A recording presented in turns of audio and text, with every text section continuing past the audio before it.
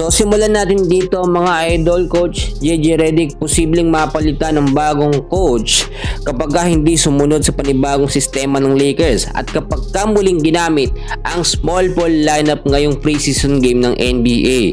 Panibagong sistema at lineup na magpapalakas sa Lakers magpapakampiyon ngayong season. Kung bago ka lang, please huwag mo nakakalimutan na mag-like and subscribe. Maraming salamat po. Mga kaibigan, ilang araw na lang or ilang linggo na lang po simula ngayon ay magsisimula na ang preseason game ng NBA. Unang mga kalaban ng Lakers ang kupunan ng Phoenix Suns sa October 3, 2025. Ngayon may mga nadagdag po na player sa Lakers. May legit na sila na big man at nakita naman natin si DeAndre Ayton yan. Gayun din, nagre-contract ng panibagong kontrata itong si Jackson Hayes. So walang dahilan ngayon para hindi gumamit ng Twin Tower itong si Coach JJ Redick. Kapag ka naulit na naman mga kaibigan sa small ball lineup, nakaabang ng GM na si Rob Pelinka sa gagawin itong si JJ Redick. Possible na palitan na ito ng panibagong coach. So si Mike Malone po ang sinasabi na talagang magpipit na panibagong coach dito sa Lakers.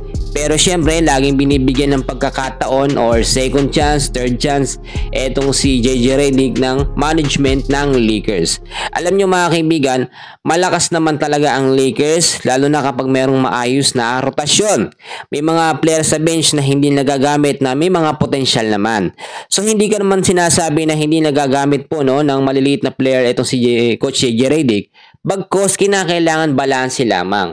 Hindi dapat masayang ang pagre-recontract at itong panibagong legit na sentro na si DeAndre Ayton para din makadagdag ng depensa at opensa sa Lakers. Bukod dyan mga kaibigan, na pag-uusapan din ngayon ang pagbabago dito sa pangangatawan ni Luka. Natapos kasi itong pumirma ng extension contract sa Lakers ay talagang mas sineryoso pa niya ang pagpapractice at pagpapalakas sa Lakers. Bukod din dyan mga kaibigan, ay inaasahan din na magre-recruit ulit itong si Luka ng panibagong player na makakasama sa lineup ng Lakers. Ang inaabangan natin yung big man na i-recruit nitong si Luka. And for sure mga kaibigan, malakas yun na player. Pero sa ngayon, hintayin muna natin, tignan muna natin na magagawa nitong si DeAndre Ayton dahil nga po siya ang napiling legit na sentro ng big man ng Lakers. May chance na lagi itong mapasama sa starting 5. So far, kung magandang ipakitang performance si DeAndre Ayton at hindi ibang ko ni Coach JJ Redick,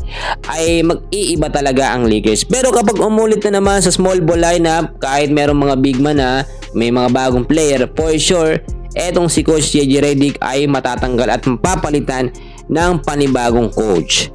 Yan muna ang pinaka-latest natin sa update sa NBA at sa Lakers.